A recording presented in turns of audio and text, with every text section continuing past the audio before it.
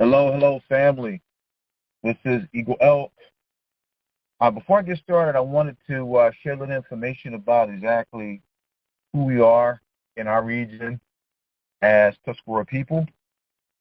There's a lot of people say that all of the Tuscarora left North Carolina in the 1700s and 1800s, and that is not true. And to even think that is foolishness. Now, if you don't know the history here, then the only thing you have to go on is what the mainstream promotes and what the government promotes. And the government definitely does not promote us because we were a problem to the government. We were a problem to the state of North Carolina.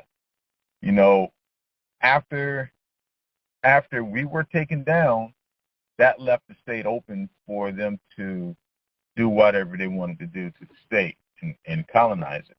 We pretty much held them off as long as we could, but how could we continue to hold off the European colonists when other Indian tribes helped them fight us?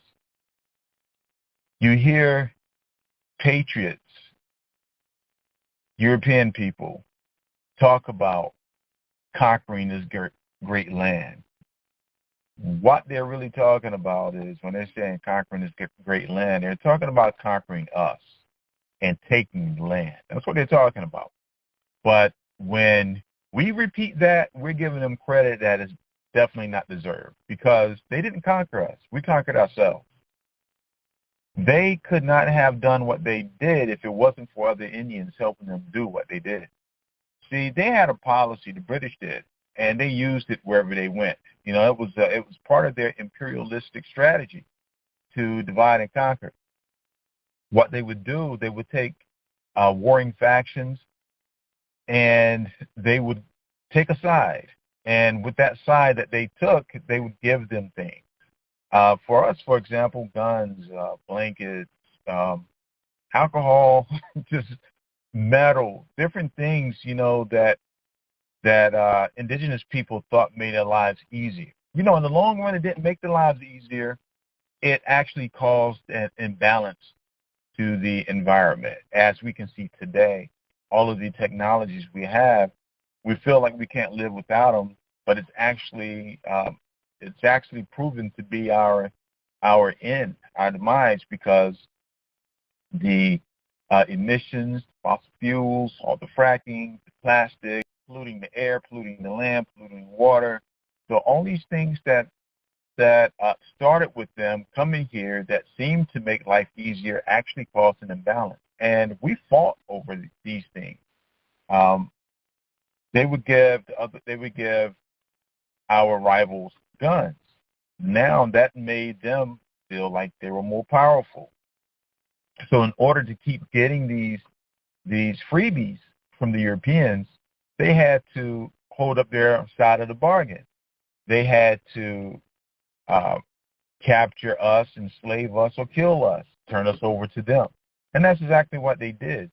So you had Indians fighting Indians. And I'm just choosing the word Indian for the sake of conversation. I understand the terminology, where it came from, who created it, on and on and on. I understand all that. Indigenous, Aboriginal, Native American, American Indian.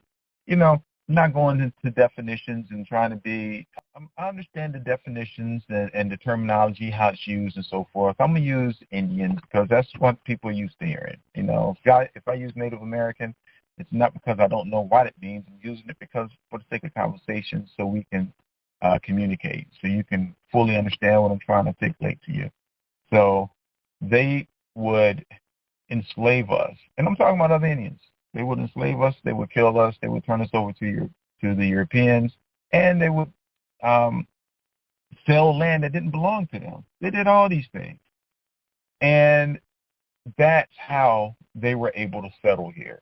Not because they were so mighty of a people and they just came over here and imposed their will upon the lowly savage, as they would like to say. No, we beat ourselves. We conquered ourselves.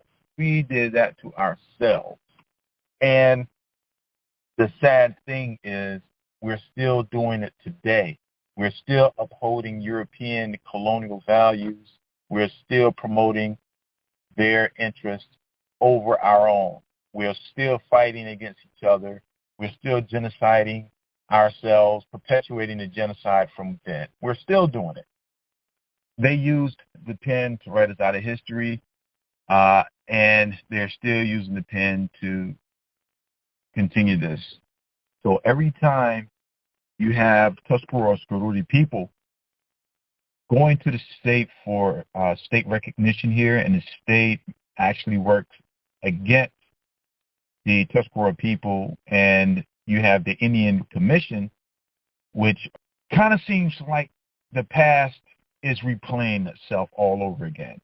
Indians fighting Indians, and Indians fighting Tuscarora people to keep Tuscarora people from being recognized for who they are.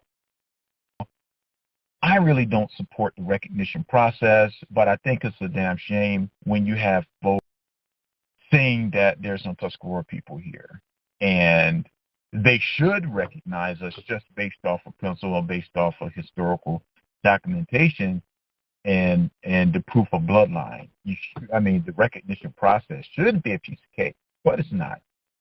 It's not. So yes, the state and Indians have chose to fight against us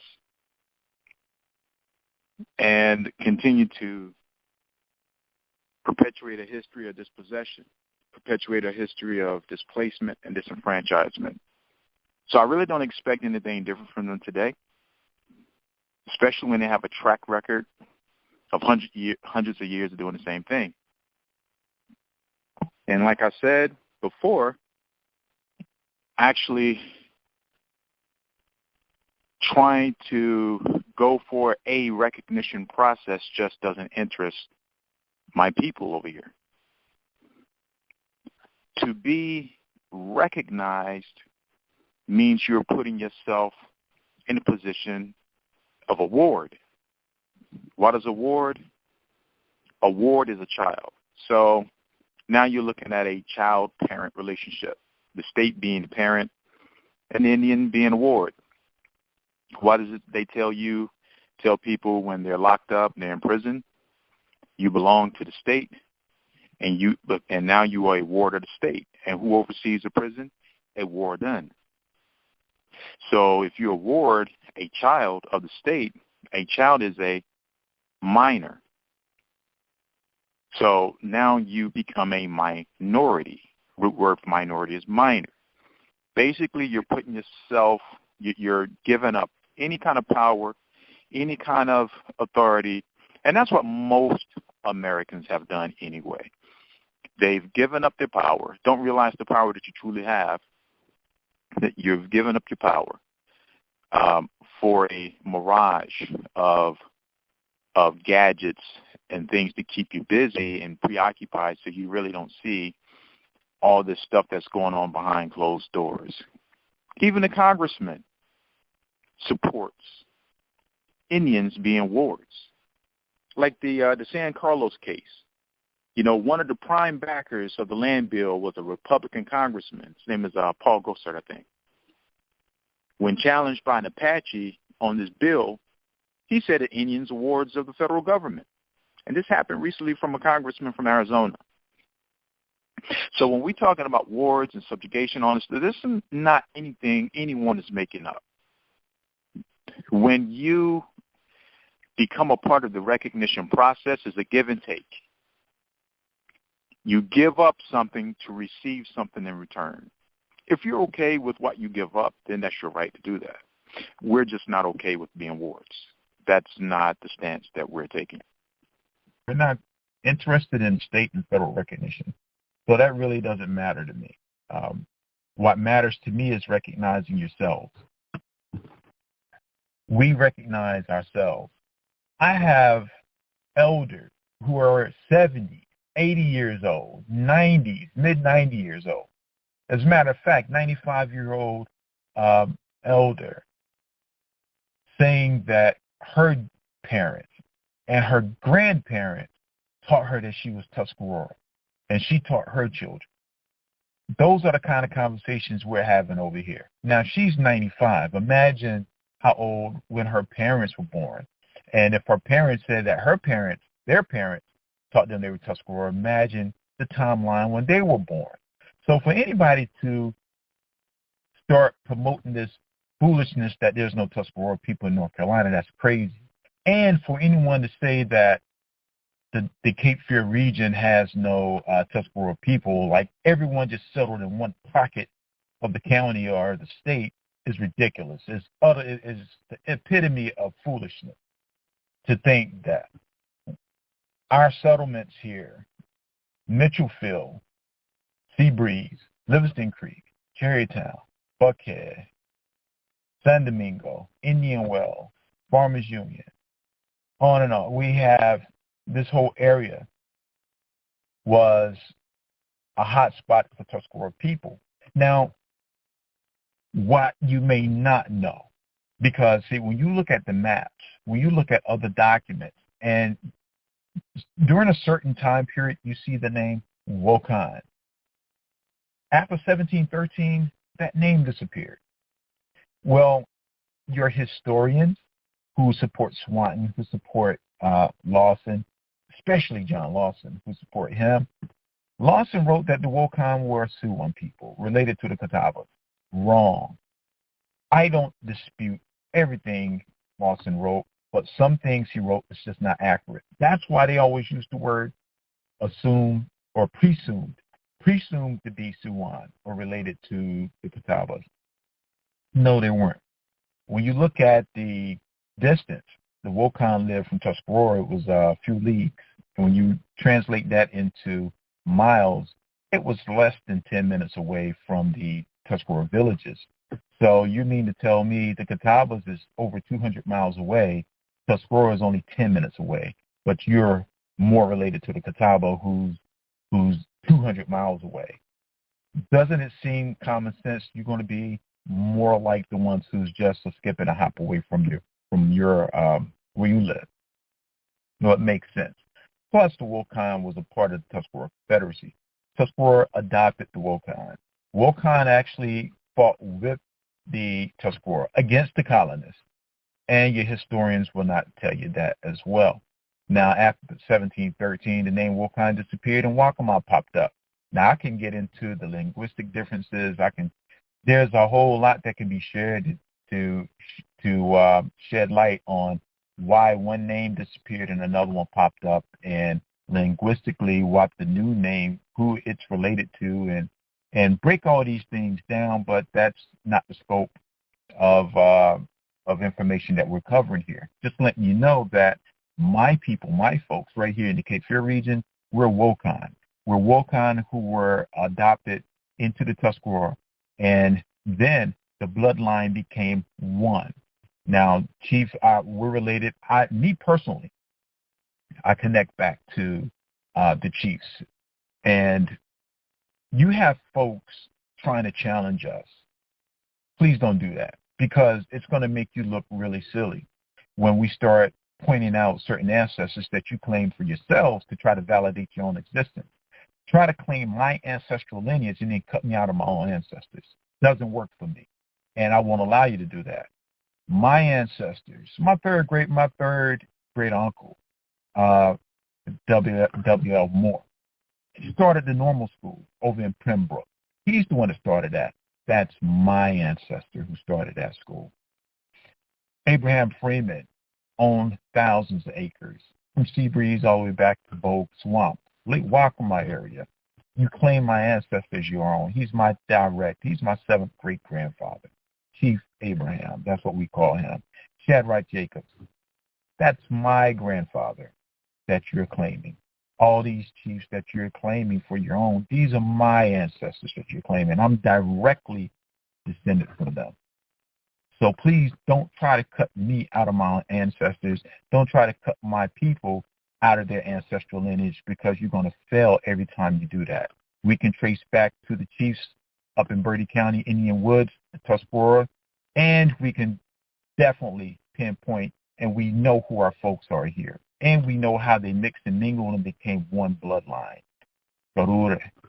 Haudenosaunee. We can prove all of that, but we choose not to prove it to you, because when you come at us incorrect, we're not going to talk to you. You don't deserve our attention when you come to us incorrectly. There's one chief who I did talk to over in Robeson County because of the respect he gave us. I said, you know what, with all these recent attacks that's coming at us, I need to go talk to him and give him the respect that's deserved. So I went and sat with this particular chief, this Tuscarora chief, and I laid out my personal bloodline to him to show him how we were related. And I used common ancestors that he knew about. I showed him how I was related to some of his Locklears and Lowrys. And then I explained that on our side of the swamp, on our side of the state and the county, we have our own court names. So just to let everyone know, we are here. Tuscarora people are here to stay. We never left, and we're not going nowhere. You're going to have to just deal with us.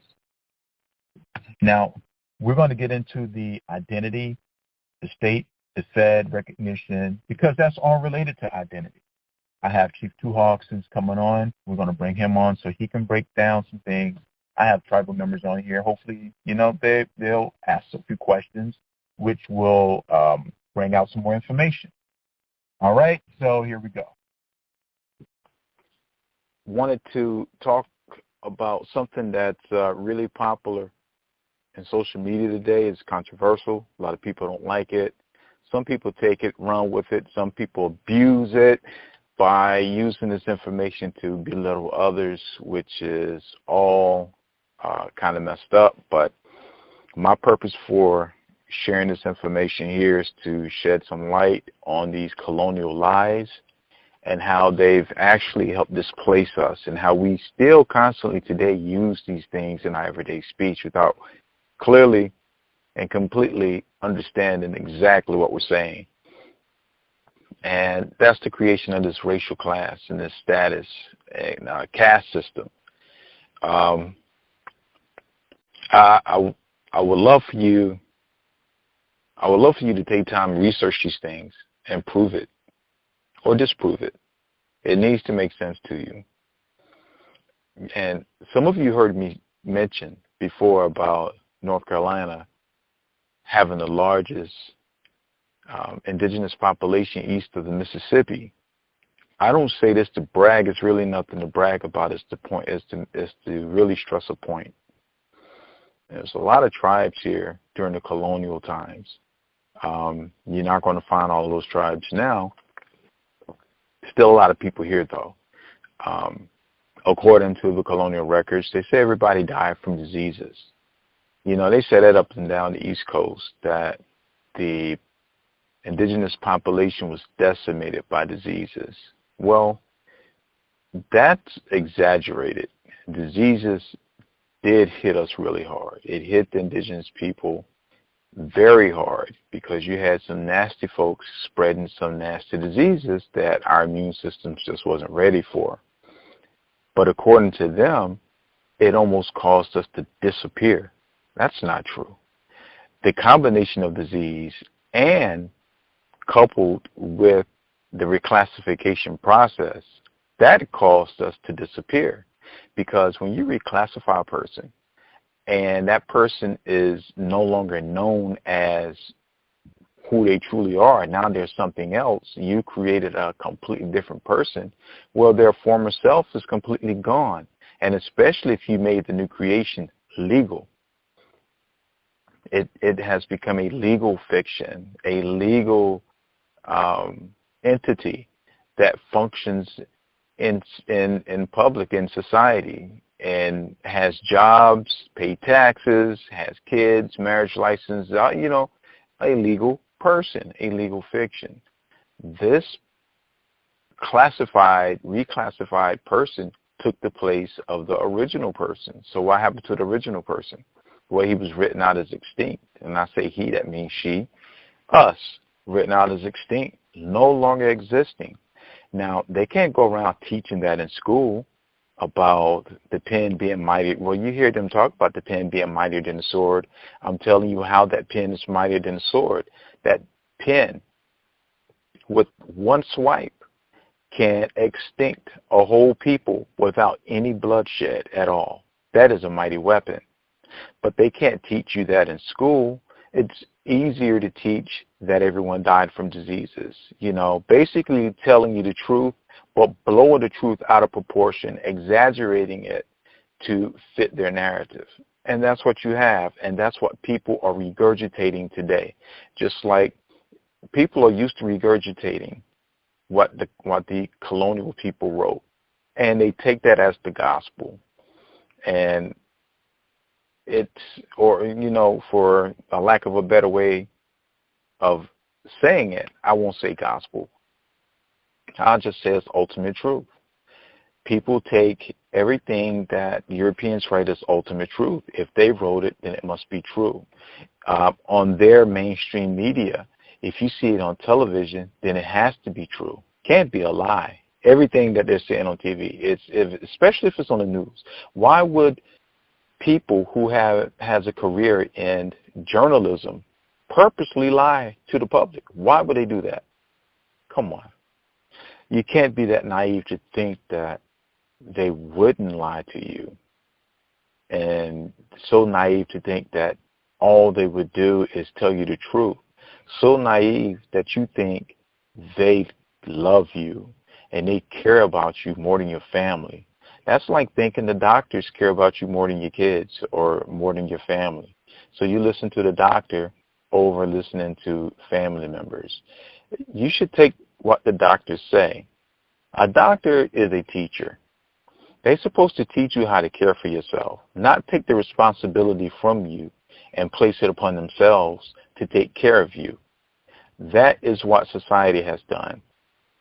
When they created this new legal person and genocided the original person, made you into a legal fiction, made you into a legal slave, the state became the owner of this new creation.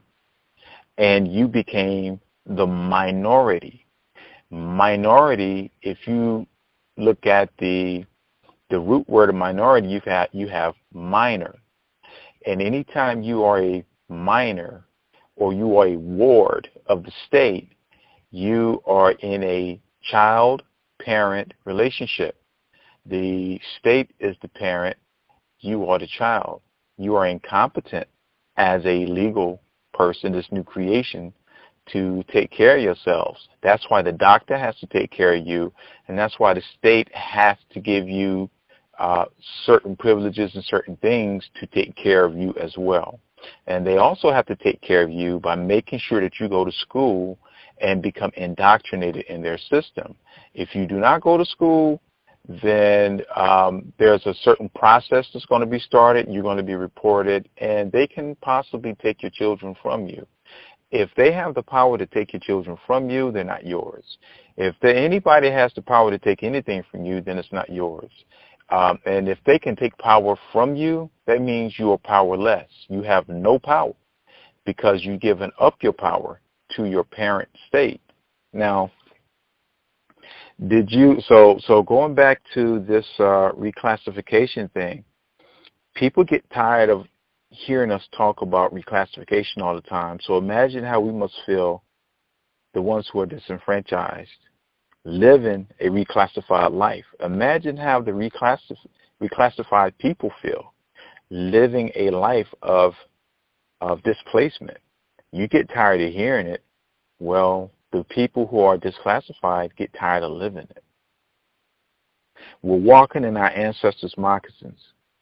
We're living proof of what was done to them by witnessing us today in the present. The only way to make that ugly history and reminder of America's ugly past go away is to make us go away by burying us under racial labels, made-up history, a twisted Euro-colonial account of slavery, 14th Amendment civil rights, minority privileges and citizenship, etc. Dangling his carrot in front of the Negro, so he doesn't want anything else, including knowing how he became a Negro. Now, don't get confused with this terminology, Negro. Yes, Negro is mainly used and attached to people today reclassified as African Americans. Well, Negroes was also attached to people of fair skin during the during the 1800s. It didn't matter if you were if you looked white, if you identified yourself as an Indian, then you were a Negro. All Indians were Negroes at one time. But today, with the creation of other statuses, now Negro is more used for the African American instead of the fair skinned people today. But please keep in mind, again, Negro was used for all non-European people. Negro. That included light skin, fair skin, brown skin, tan skin, dark skin, Negro. Non-African, just non-white. Okay? Our lighter skinned cousins, aunts, and uncles were sometimes, not all the time, were able to get from under this Negro designation. You know, sometimes if you could pass, you would pass. Especially if it meant you having an easier life. It depended on you accepting your role as a subject, where you lived in the designated areas, Indian communities, and reservations, and public schooling, and the willingness of assimilation into white culture. Other indigenous people who were darker automatically stayed under this Negro colored status. Some Eastern Woodland indigenous people have been able to escape this labeling, but many didn't. So in my area, we have people listed as Indian, mulatto, Negro, colored, black, and today African American. And many times these names will appear in the same family, showing further evidence of the deception and the cover-up. What I mean by that? Well, I can only speak to my area. I don't live in Rhode Island. I don't live in New York. I don't live in Jersey, Pennsylvania, Virginia. I don't live in none of these states. I don't live in Georgia, Florida. I live in North Carolina. And I could tell you from experience here that you can have people coming up in the same family, and some siblings are listed, they claim and are listed as mulatto or Indian, and the other siblings claim or are listed as Negro, black, colored, African American. And that can be in one household, and that's normal here. That's, according to my dad, it's been like that since he was a child. And according to what he told me about Granddad, it's always been like that here. And in my age, it's still like that. Now, the younger generation, my son, my kids' age, I don't know if they've broken that chain, but it's definitely something that's normal in this area where I live. So I talk about North Carolina having the largest population east of the Mississippi. Everyone in the state is not necessarily registered, signed, or enrolled in a tribe or a group. Because of the reclassification process, you have a lot of Indians walking around here don't even know that. They know they have Indian ancestry, but they don't go for the Indian as a ethnicity. Now, I'm going to mention this a little later. How can you prove your ethnicity if you claim black or claim white or claim Indian? What is your basis of making a claim? Is it because your nose is broad and your lips is broad? Is it because your skin is brown? Is it cinnamon, pecan, copper? Is it dark mahogany? Do you have kinky hair, curly hair, wavy hair? Are you looking at phenotypes and features? Is that how you're basing your classifications off of? Is that what you're using to identify a person as a particular ethnicity? Now, I can tell you from experience, especially in North Carolina, that's how people sum up who you are. They look at you, and then they make that quick determination that that's what you are. It's kind of ignorant, because if you go to the West Coast, they don't do that. They don't do that in Europe. It's only in the pockets of the Bible Belt where people have that narrow-minded, that narrow colonial, racist-minded view of things like that. Look at you and, oh, you must be this. That's just like looking at an Asian person and call everybody Chinese, or all Asians are Japanese, or all Spanish people are Mexicans, you know. And I know you've heard people refer to Spanish, Mexican people speaking Spanish, they say they're speaking Mexican. Really, speaking Mexican. So Mexican is actually a language. They're speaking Spanish, but you have narrow-minded people that just don't get it. And these same narrow-minded people that say these uneducated things are the same ones who are controlling policy, who are writing these rules and regulations and statutes and ruling over you with this narrow-minded view of the world. So in my state, it's just a reflection of the entire East Coast. I'm speaking about my state, but it's a reflection of the eastern seaboard. The entire East Coast, east of the Mississippi, suffered this same narrow-mindedness. Remember, the ports of Charleston were shipping natives in slavery all the way up to Boston. And Boston and Charleston were shipping natives from the ports to the islands. This is your triangular slave trade. You know, very few people were being shipped from Africa straight to the mainland. You'll find so many more shipped to South America, Brazil, all those areas, as compared to North America. Very few made it up here. The few that did make it up here married into or bred with indigenous women. We're supposed to be matrilineal. So if you have 300 African men mating with indigenous women, and these women have children, then what do the children become?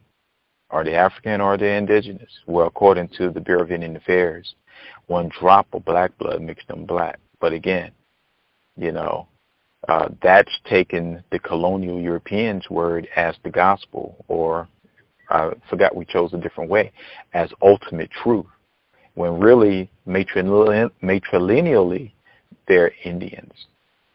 And when I say 300 Africans, according to the fictitious story of Roots wasn't a real story. It was a plagiarized story made from a book that a European guy wrote. Alex Haley was sued for that, by the way, just in case you didn't know.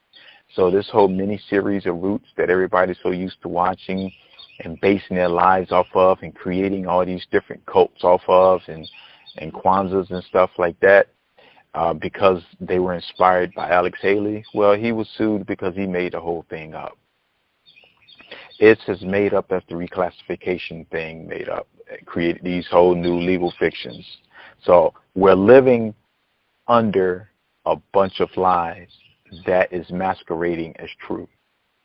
So even our famous outlaw himself, Henry Berry Lowry, a Tuscarora warrior, in our not-too-distant past, according to local writers and family, was listed as a Negro, free person of color. He was listed as a Negro. Everybody here knows he's Indian, but he's listed as a Negro. Like I said, everyone, if you wasn't a European, you were listed as a Negro. Let's say 1, 2, 3, 4, even 5 Africans did show up in somebody's DNA. That doesn't make you an African person. Just like if 5 people from England show up in my DNA, or your DNA, or 5 people from Ireland show up in your DNA, it doesn't make you Irish. So it doesn't make you Irish, it doesn't make you English, and it doesn't make you African. That same common sense has to be applied to each, not differently to one group. That one drop of black blood, that's a European racist colonial construct designed to keep people divided and fighting amongst themselves. And if you haven't caught on to that yet, then you're still caught up, and you're still a victim, and you're still going to be powerless, and you're still not going to accomplish anything, and you're still going to lose in the end. Indigenous people, First Nations people didn't think that way, but people today do. So clearly there's a difference between the mind of today's Indian versus the mind of our ancestors. A shift took place somewhere. And that shift is the European creation of racial classification. So you've heard me speak a lot about DNA, and there's something that I need to make clear. I do not support DNA tests and their claims in helping you find your ethnic origin or your beginnings, your identity. You can't do that. Even their own scientists say that. Their own scientists say that it's a novelty when it comes to that. The algorithms don't exist for them to be able to tell each individual what their ethnic origin, their ethnicity is. They can't do it. DNA test can, as I said before, it can tell you who your father is and who your father isn't. Paternity test. DNA is great for that. DNA can help a wrongfully convicted man, woman, be released. And it can convict someone who has gotten by. DNA test works for that. DNA test can also help you find cousins. It can help you identify family members. These DNA companies have collections of census records, military records, newspapers, and on. All kinds of documentation, birth certificates, and on. So it's a great tool to use to find relatives. But I will not support it. I will speak against it whenever someone says they can tell you what your ethnic identity is. And when somebody uses it to try to debunk, disprove, or discredit someone by using it in the same way these colonial people created it to be used, I will discredit it, and I will not support it, and I will tell the truth about how you're using it as a lie to deceive people and to further your own hidden agenda.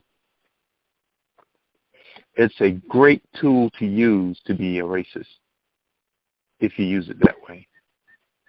Or it can be a great tool to use to be able to find family members and connect dots that have become separated due to whatever reason. And with that being said, I am not preaching, teaching, or practicing law. I'm only sharing public information that's searchable on the internet, as well as other various sources, i.e. library, dictionaries, etc. I do not subscribe to any sovereign citizen, rogue, Moorish, white, red, black, nationalist ideologies, agendas, or extremist groups. I think all extremist groups are a danger to society and should be dealt with accordingly to the dangerous situations they've created and fulfilled. I am Skarure. TwoHawks. How you doing, Chief? I'm well, Chief. How are you, sir? We're doing fine. We're doing fine. Just talking with some of the individuals on here about race and identity. Tomorrow at our tribal meeting, I told them I want to challenge them a little bit on the triracial and biracial classifications, because a lot of us claim that we're black and we're Indian, and with all these things and not truly understanding what black is. And Sure. yeah. But Chief TwoHawks is going to talk about all this status stuff, classification. So, Chief, I'm going to step aside and give you the floor. Sure. So Aquanina Tomag, in my language up here, that means peace be unto you, family. Very honored to be having some dialogue with you this evening, and very honored that the chief thinks highly enough of me to share a few thoughts with his people. Being a chief of my people as well, you know, we as chiefs are very guarded about who we want interacting with our family members and sharing information because there's so much nonsense flying around these days. So particularly when any chief that I highly respect asks me to speak to their people, I kind of take it very seriously because I know that they've put a great deal of stock in me by even allowing me to speak. So I just wanted to give that context as I share my thoughts tonight. I'll start directly with the conversation that Chief EagleElk was talking about, and I'll ask a simple question. Where on earth is black? Where can you go to and visit black? And it sounds like an absurd question until you think about it, because there was a place where you could go and visit the Tuscarora. I live here in Rhode Island, so there was a place called Rhode Island that I can go visit, and therefore I have the right to call myself a Rhode Islander. A person from Jamaica is a Jamaican, and so on and so forth. Even in African is from a place called Africa. So when you say you're black, where exactly are you saying you're from? And what the truth of the matter is you're saying you're not from anywhere. What you're ultimately saying is that I am some form of U.S. citizen and not one that comes from any particular place. Therefore, I'm the lowest form of U.S. citizen. I'm just a color. And if we just look at the rationale or the logic behind it, none of us are actually black. I haven't met many people in my entire life that would meet the physical description of being black. So we have to look at where this term comes from. And when you do the research on the term, particularly here in what's now called the U.S., you're going to find that that term, along with the term white, were popularized after the Bacon's Rebellion in 1675, 1676. And they were popularized by the rich barons in England who were afraid because what the Bacon's Rebellion about was poor African immigrants, a lot of them being Moorish at the time. We called them Atlantic Creoles, poor, quote-unquote, white Europeans, and then some Indians that had been trying to kind of assimilate into the European structures and societies that were being built. Had two revolutions down in the Virginia area. The first was against the Indian tribes that were in control in the area down there, and the second was against the European forces from the British Crown that were down in the area there. Now, what's very interesting is while this is going on down in Virginia, up here in the Northeast, we've got the King Philip's War going on. And once again, this is going to be Europeans, both quote-unquote white Europeans and the black Moorish ones, and certain Indian tribes that were trying to assimilate into the European society. So what you see going on pretty much up the entire northeast coast is rebellions of the colonists that are here against the Indian tribes. And what ends up happening is these rich barons back in England are having communications, and they're saying, okay, we need a strategy to be put in place that will make sure that they're never unified like that again, so we don't have to worry about them uprising against us. And it's a couple years later where the term white is first introduced into any sort of societal concept of race or anything like that here in the U.S. So when you look at these terms, black, white, all of that, what they are terms utilized by colonists to divide and conquer the people that are here. And then once they get done with their colonists who are uprising, of course, they just pull it over to the Indian tribes to divide them as well. And a lot of that has to come down to the fact that here in the East Coast, primarily what they're dealing with at this time is first contact pre-colonial nations that have treaty rights with the British Crown or with the French Crown or with the Spanish Crown. Whatever the case may be, there are treaty rights in play, and the language in those treaties is with Indians. So we've got these treaty rights with these Indians, but we've been treating these Indians in the worst possible way we can. So how do we kind of cover our tracks from a lawful perspective? Well, it's plain and simple. You make them anything but an Indian. So you call them a Negro. You call them colored. You call them black. All of these things that are not going to denote any sort of land area where they're from, most certainly not any Indian tribe, which then removes you from any obligations to treaty rights that you may have to uphold. And that's pretty much the game plan all throughout.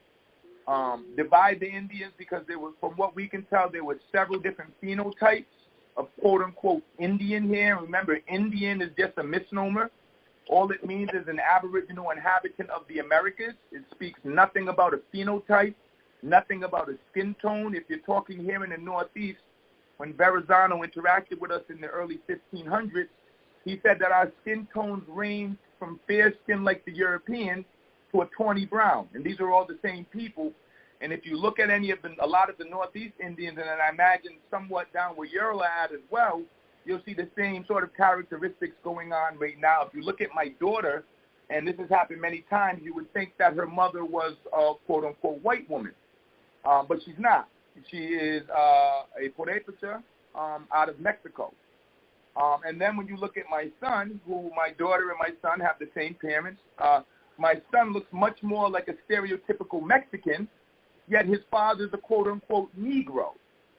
So I have a daughter, I'm supposedly a Negro, but a daughter who could pass for white, a son who looks like he's a stereotypical Mexican, and then my mother would have been mistaken for a Negro, even though she's a Narragansett, but her mother, my grandmother who raised me, was often mistaken for being Irish. And her sister, my grandmother's sister, there's no mistaking her for anything other than being a Negro.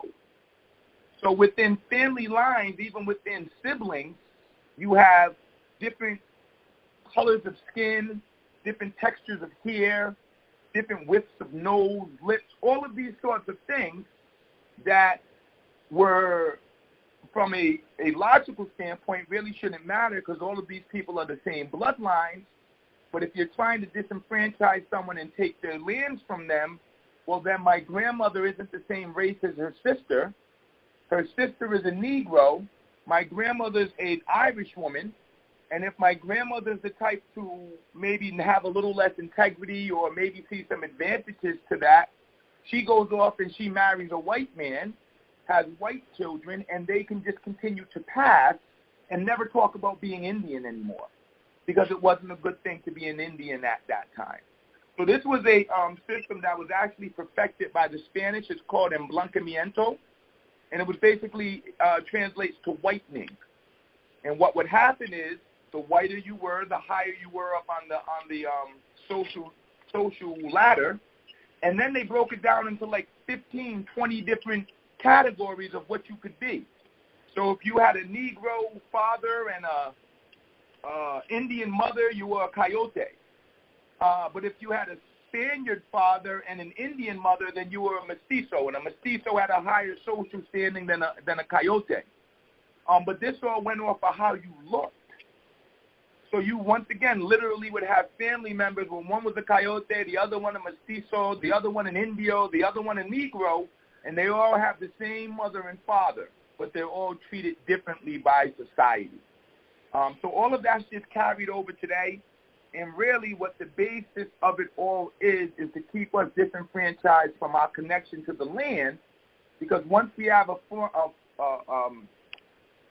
cemented connection to the land, now we get to have all of the conversations about treaty rights, land, resources, compensation for use, compensation for the violations that happen to us, And none of that's going to happen by going by a colonial classification like black, colored, Negro, African American, and most certainly not American descendants of slaves. That's the worst one ever, because that says your people were nothing ever than slaves. They weren't ever an Indian tribe. They weren't ever, even if you did have African blood, they're not even enslaved Africans, because the Africans were enslaved. They weren't slaves. There's a difference between being enslaved and simply being a slave. So that's why all of this ADOS conversation is now coming up, because people are starting to wake up to the fact that, hey, wait a minute, I might actually have an indigenous connection here to a specific tribe. And how do you counter that? Well, with this foolishness that you're now just a descendant of a slave, as if that's all your ancestors ever were. So I'll pause there for a moment to see if that's making sense or if anyone has any questions. Let me share this. This is very seldom talked about, but there is a professor out of Brown University by the name of Linford Fisher. You can Google him and look him up at Brown University. His focus has been on the Indian slave trade that was taking place prior to and then during the transatlantic slave trade, where they were bringing Africans over. And he estimates that between 2.5 to 5 million Indian slaves were shipped over into Europe, Western Africa, into the Caribbean, like I said, prior to and during the time that African slaves were being brought over. So especially when you talk about things like DNA testing and all that, the first thing to know is that DNA testing cannot tell you your ancestral origin. There's no scientific proof at all that says that DNA testing can tell your ancestral origin. What it can do is tell you who had similar DNA connections to you. Now, if we take that information I just gave you, that I'm going to say 5 million Indians were shipped out as slaves, well, when that DNA test comes up and connects you to someone in West Africa, chances could just be that that's one of the extended family members that got sent from here over into Africa and mixed in with the populations over there. It doesn't mean that that's where you're from. It just means that there's a connection there, and we have enough information now to actually be able to see what those connections are. Further than that, in terms of slavery and here in the U.S., during the entire 200-year period of the transatlantic slave trade, less than 400,000 African slaves were brought to the mainland U.S. The vast majority of them were sent into South America, particularly Brazil, and into the Caribbean. So most of the slaves that were brought over, the 12 million that they say, African slaves that were brought here, were not brought to the mainland United States.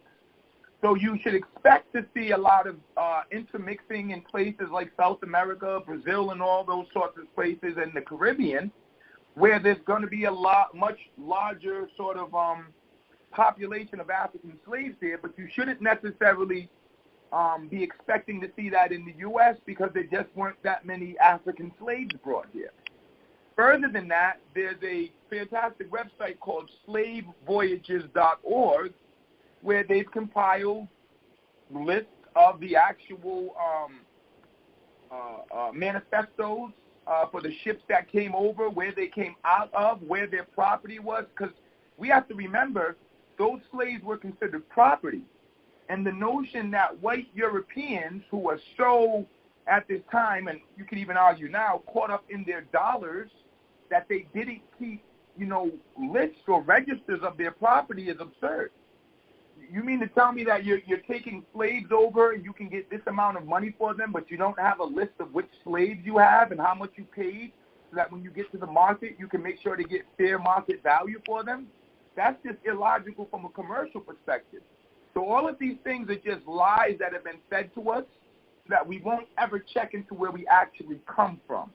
And I'm willing to bet that most of us, if we actually go and try to search those records for ancestors who were brought here from Africa, probably wouldn't find any. I'm in the same boat that the chief is.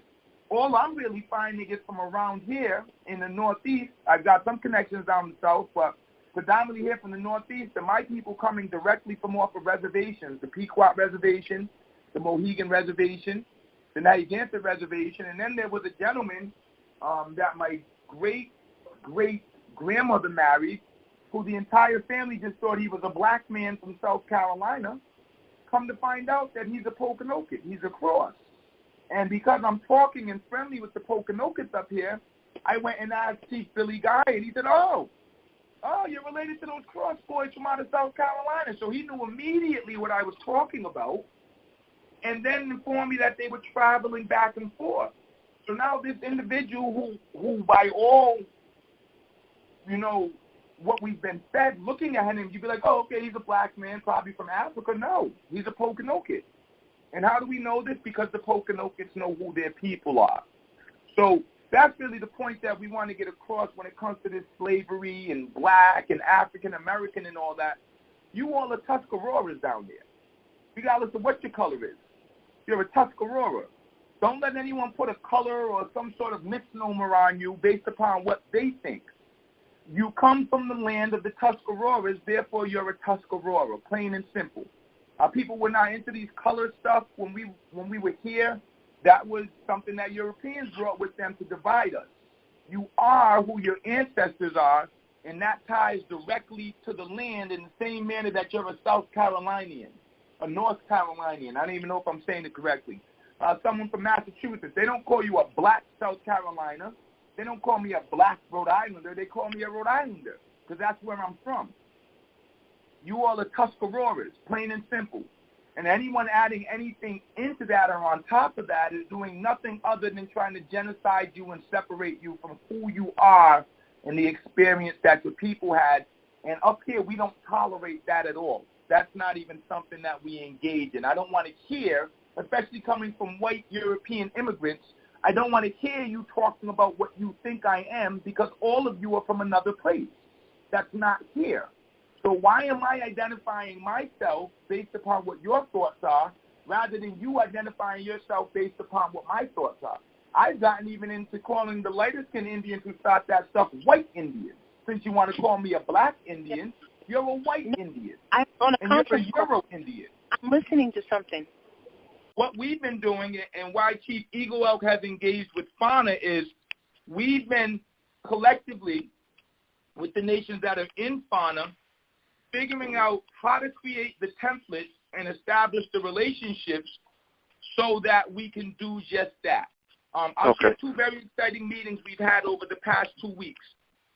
Not this past Monday, but 2 Mondays ago, we, myself and Chief Amagawatu, who is of Taino heritage, but he's a doctor at the Roger Williams University. He was running the community development program for a number of years. He and I went and met with Congressman David Cicilline, who's the federal rep here in Rhode Island, and laid out everything that we've been doing and explained things to him and answered the questions that he had. And one of the main questions he had was, so when it comes to people claiming, you know, what do they just come and tell us that they're an Indian? And we said, no, this is a nation-to-nation relationship. So any Indians coming around here claiming to be Indians should actually first be checking in with our tribe if this is our territory, and we should be telling you, yes, they're legitimate, you can service them. His assistant has followed up, answered a few questions that we had in terms of funding and things of that nature, and told us, listen, we're very interested in what's going on with Fauna. Please keep us abreast of your progress. That following Wednesday, we met with Chief Brian Sullivan, who is chief of the Lincoln Police Department and the president of the Rhode Island Police Chiefs Association out here. And we explained the same thing to him. His basic response to us was, hey, look, I really appreciate you guys for taking the time to explain this to me. And I think you're right. We need to be working on this because whether we like it or not, one way or another, it's coming.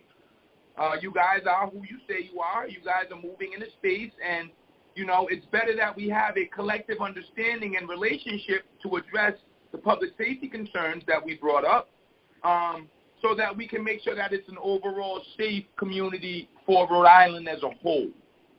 Right. One of the things that we have to keep in mind is that everything that's been going on to us, even though it's morally and ethically reprehensible, all of it by law is legal.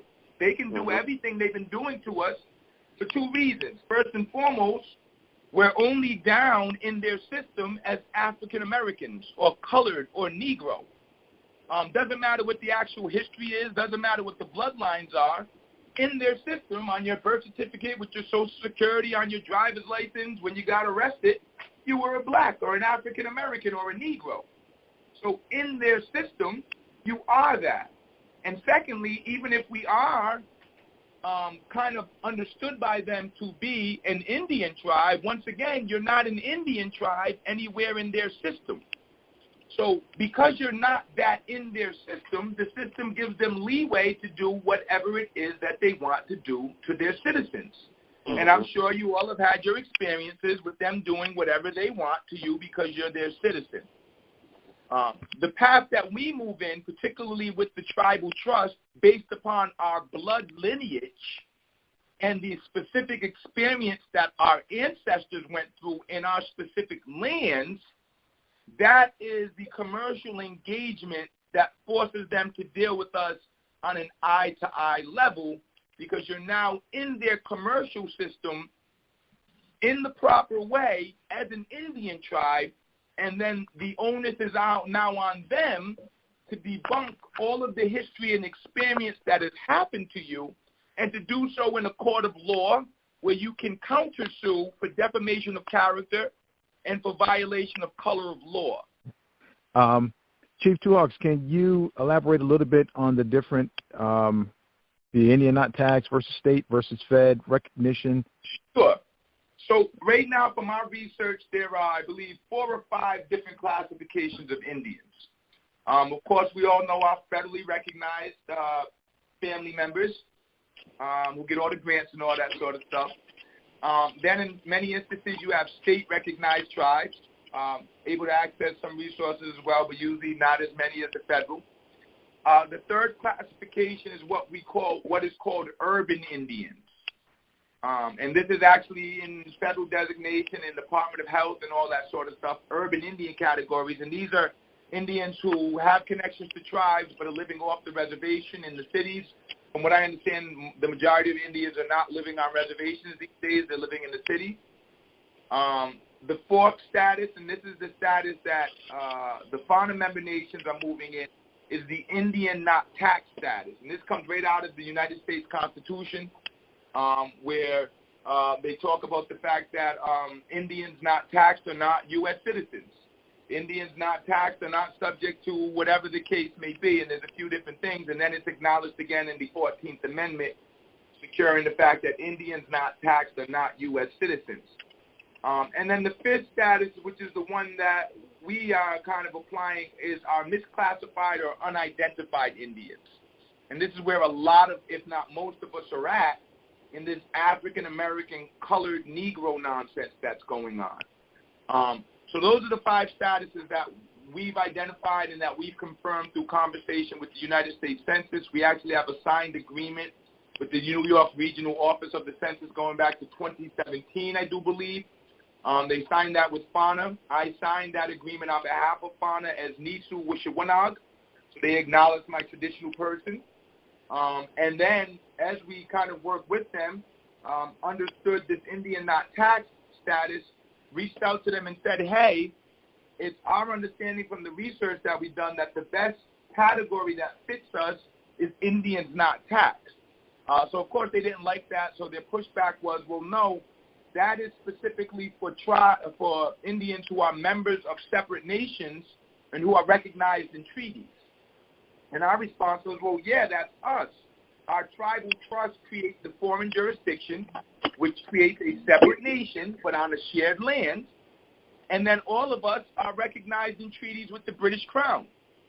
The reason why we're choosing Indians not taxed over state or federal recognition is because of what the term recognition means in law.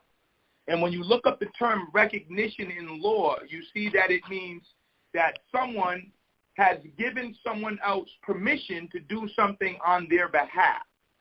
So when an Indian tribe gets federally recognized, what they're agreeing to is the fact that the feds have allowed them to be an Indian tribe, have allowed them to gather and govern themselves, and have given them Federal Reserve lands. Listen to that language, Federal Reserve, because it's not an Indian reserve.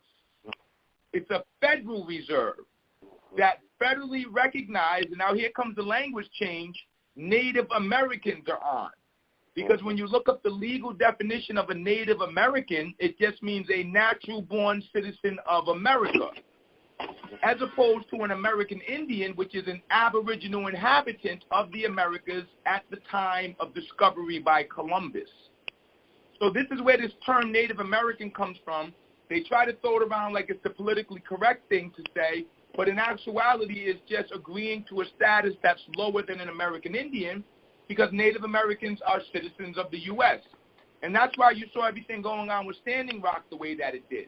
And that's why you saw after Barack Obama, President Obama said, okay, don't run it through, President Trump came in and said, run it through. And they got ran through because those are Federal Reserve lands. They're under the authority and jurisdiction of the feds. They're on those lands by permission of the feds. They're Indian tribes because the feds said they were. And that should tell you that at any time that the feds should so wish, they can make them not Indian tribes. And that's what happens to a lot of tribes. Most recently, the Mashpee up here in the Massachusetts area were just detribalized because they don't meet the definitions for what it is to be an Indian tribe per the federal policies and regulations. So understanding all of that, the Fauna member nation said, well, we have no interest in having that sort of relationship with Europeans in our lands. We gave the Europeans permissions to be here and to be who they are. Why would we then go seeking them to allow us to be who we've always been before they got here? Really, what the only difference, as I mentioned earlier, between us and these other tribes who are getting supports and resources is a trust.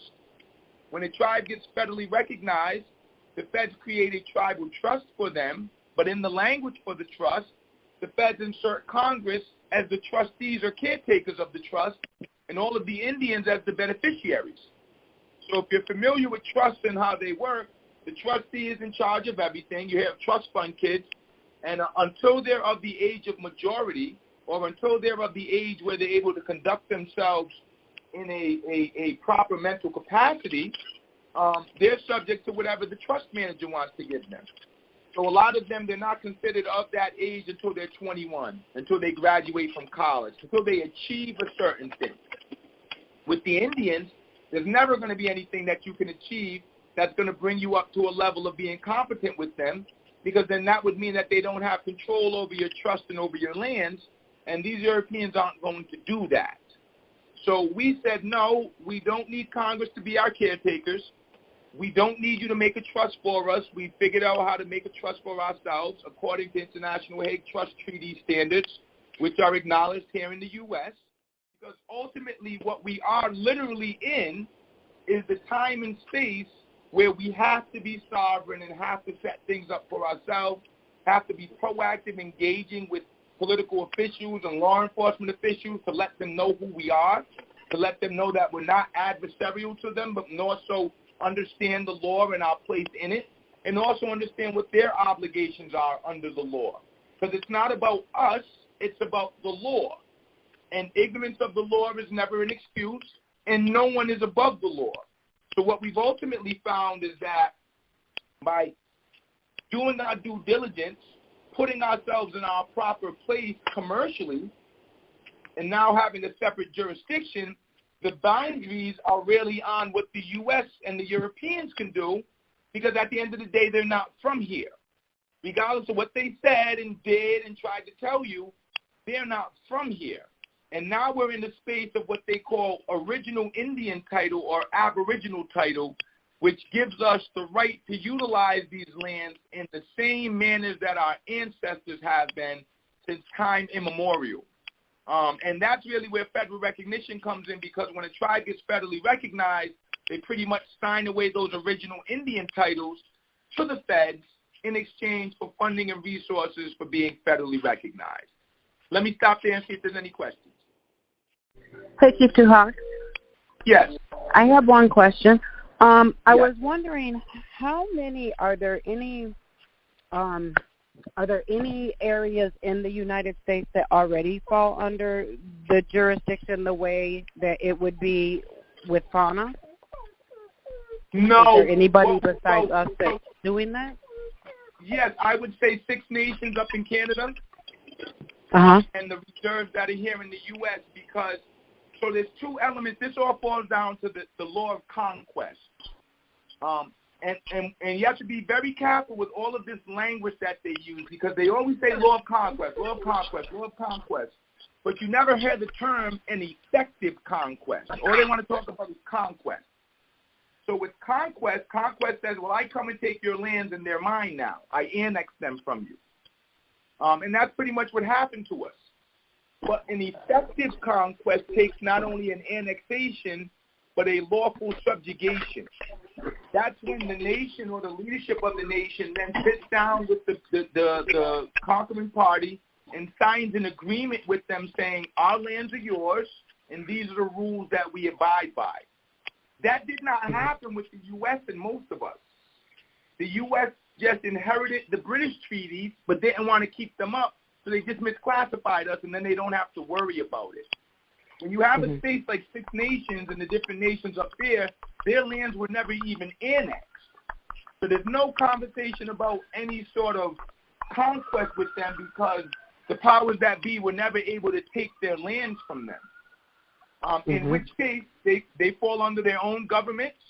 You know, they have their own sources of economics and all that sort of stuff. Then from some of the people that I've spoken to from Onondaga, if you go and get U.S. citizenship, they will remove you from the Onondaga rolls. And they're able to attend the United Nations utilizing their own sort of identification because they're separate nations. The trust is really your history and your record of yourselves from your mouth to their ears.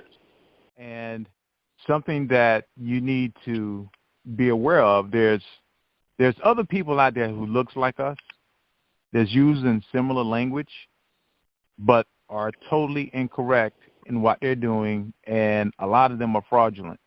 So what Fauna is doing is drawing a line in the sand to separate us from the people out there who's actually committing fraud. So you want to elaborate on that a little bit? Sure. So, family, the first time I heard about a Moor was after we had a run-in with this fool named Hemok Sheila from the NAAIP, National Association for the Advancement of Indigenous People. This brother came up here out of the Tennessee area claiming to be from a tribe called Chachiuma, and when we did research, there was a historical Chachiuma tribe. And he had all of the law elements that I'm sharing with you right now. I was actually the one that reached out to him and invited him up, and I said, hey, look, I see you posting a lot of stuff on Facebook all the time, talking about you can help dark-skinned Indians and Negro Indians. You know, this is who we are. This is what happened to us historically. We just don't know how to figure out this system.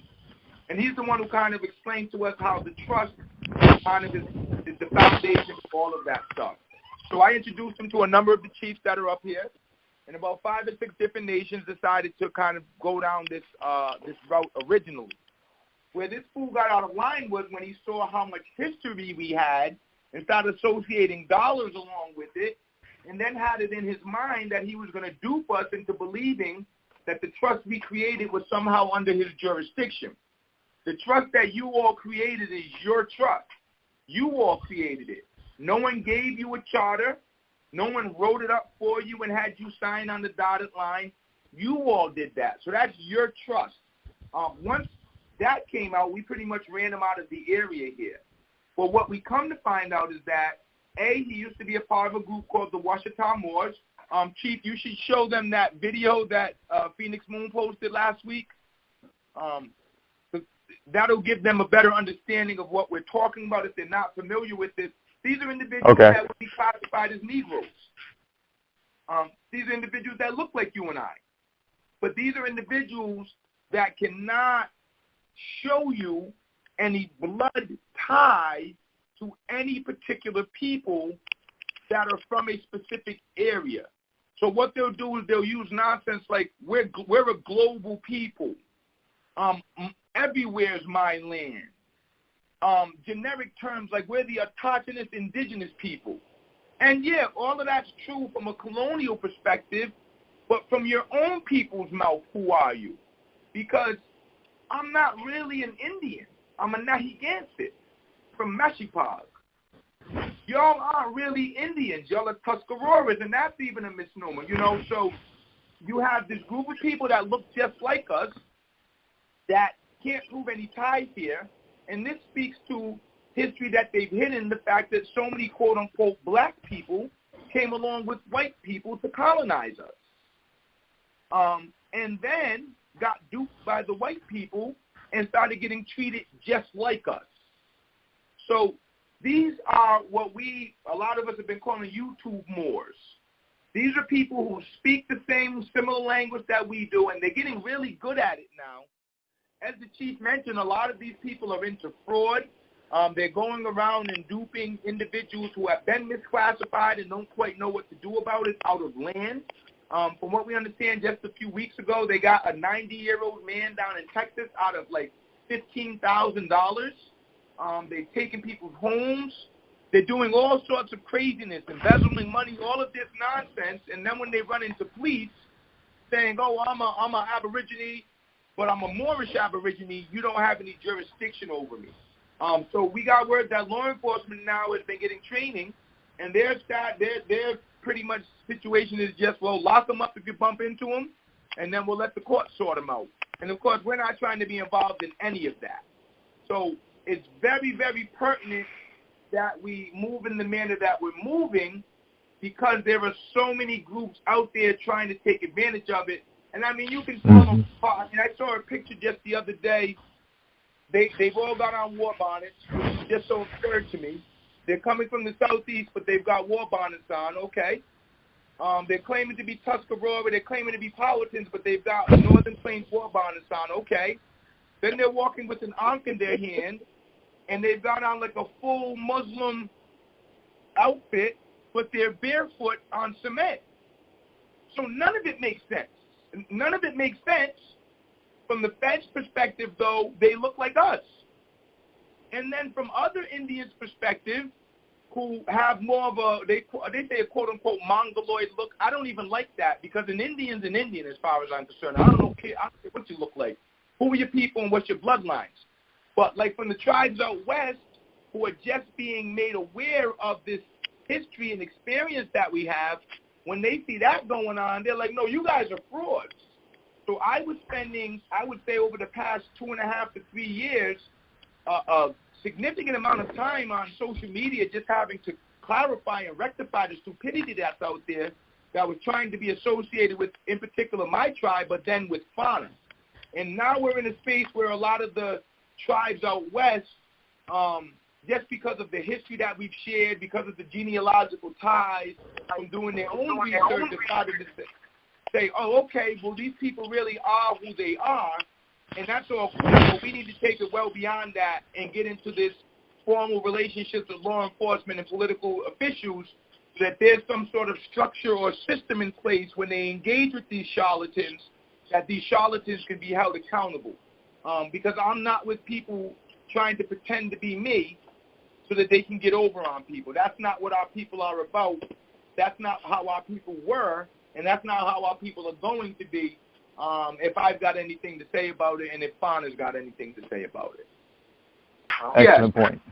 If I'm understanding things from, listening in on what's going on, and this is Jane speaking, the ones when you look at like the Lakota tribe and the tribes out west and stuff, the ones that did become federally recognized, they kind of just screwed themselves basically out of every indigenous right that they had on Turtle Island. Well, not so much screwed themselves out of it, but they're subject to federal jurisdiction. So they're subject to what the feds are willing to entertain. Mm-hmm. And there's been certain instances like this past year, the Supreme Court twice has upheld the treaty rights that they signed. So they do have certain rights, but at the end of the day, they're citizens of the United States. So if they're citizens of the United States, and that's it, there's no other jurisdiction that they're a part of. Their Indian tribe was created by the U.S., so it's a U.S. jurisdiction, then that's where their boundaries are. They don't get to pull an international law. They can't even really talk about human rights violations because they're U.S. citizens. And the U.S. isn't having it.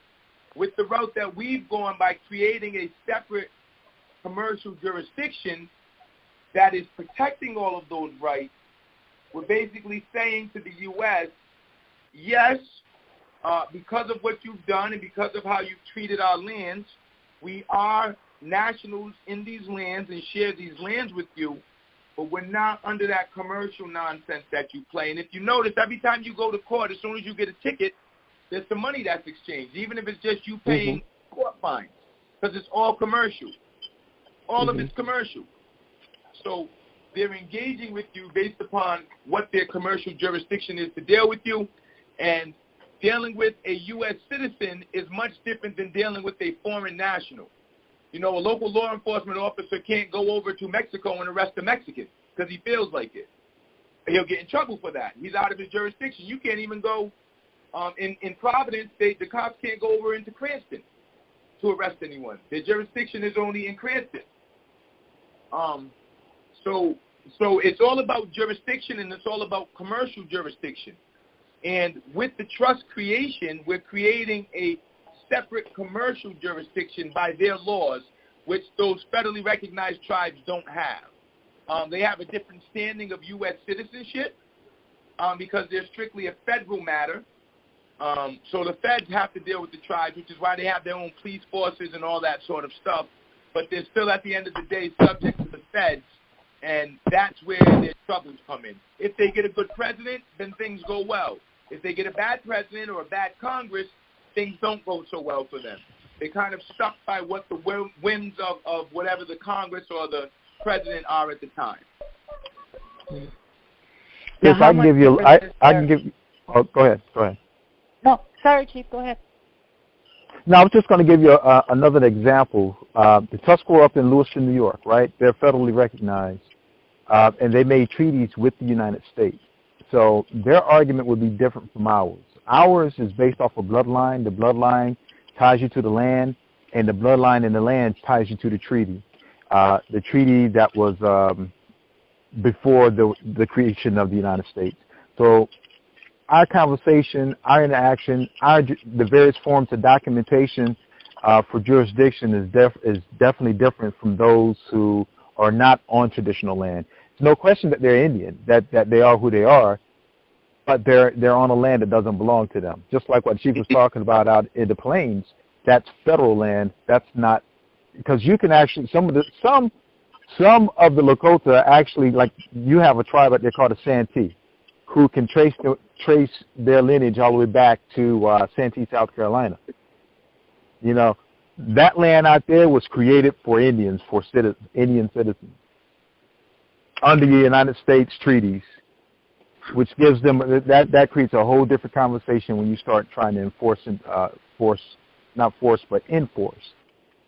your rights as a sovereign. You can go ahead with your question, Jay. That you just had said the word. What my curiosity was the direction that we're going in with fauna. How similar is that to being a sovereign citizen? Not at all. So a sovereign citizen is an oxymoron. You cannot be a citizen and also be sovereign at the same time. When we engage, and this is the power of the trust, what you're saying is the trust is saying this can't happen. It's not me. I'm a representative of the trust. So when your chief goes and engages, he's not only your principal chief, he's your tribal trust manager. And by law, it is his responsibility to always act in the best interest of the beneficiaries of the trust that he's managing. This is the same as any trust that anyone has created. There is a trust manager. There are beneficiaries of it. And if the trust manager doesn't do what they're supposed to do, the trust on behalf of the beneficiaries, by law, that trust manager can be held accountable. We're a tribe. I'm not here as an individual. I'm here as a representative of the tribe. The same way the president is a representative of the United States. The same way that anyone, an agent, is a representative. When you get into sovereign citizens, what their basic argument is, I'm not under the U.S., I'm under my own. But how are you under your own if you're here by permission of the U.S.? We're not here by permission of the U.S. We were here before the U.S. got started. So we have a right to say, no, that's not who we are. This is really who we are. If I come from Europe How on earth could I argue that I would hear before the U.S.? Right. So that's where the whole foolishness of the argument of being a sovereign citizen is from. You cannot be here by permission of the U.S. and then claim that you're no longer here under the U.S. What we're saying is our jurisdiction predates the U.S. You guys just had us down wrong in your system. We've corrected it for you. There you go. Very different conversation when you're talking to people who understand what it really is. Very different conversation. And no need for us to be belligerent about it. No need for us to be adversarial about it. It is what it is. That's the law. And when we have these sorts of dialogues with public officials, with law enforcement, they start to understand, okay, these aren't the ones that we need to be worried about. Even if we're worried about them, they're not the immediate problem. Because I'll be honest, I still don't trust the feds and law enforcement. They're the Europeans that came and tried to take our land from us. But I am aware that given what they're facing right now, it is much more advantageous for them to be working with us than to trying to be adversarial to us when we're not being adversarial to them. Any more questions? Chief, we're going to go ahead and call it. It's been an excellent conversation. I appreciate you taking your time out of your day to spend it with our family here. No, my pleasure, Chief, my pleasure. And to everyone in our language, you take a top of Tushwuchi at Tusata, Kapish Kanash. I mean, thank you for listening to me, and I'm looking forward to connecting with you all very soon. Now we're next. Peace. All right, take care. All right.